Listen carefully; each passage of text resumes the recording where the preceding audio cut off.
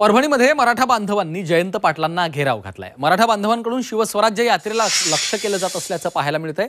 गंगाखेड पाथरीनंतर जिंतूरमध्ये मराठा बांधवांनी निवेदन दिलंय। आरक्षणासंदर्भातली भूमिका स्पष्ट करा अशी मागणी त्यांनी जयंत पाटलांना केली आहे। एवढेच काय तर पाथरीमध्ये एका मराठा कार्यकर्त्यांना भाषण करत आरक्षण न दिल्यास सुपडा साफ करू असा इशारा दिलेला आहे।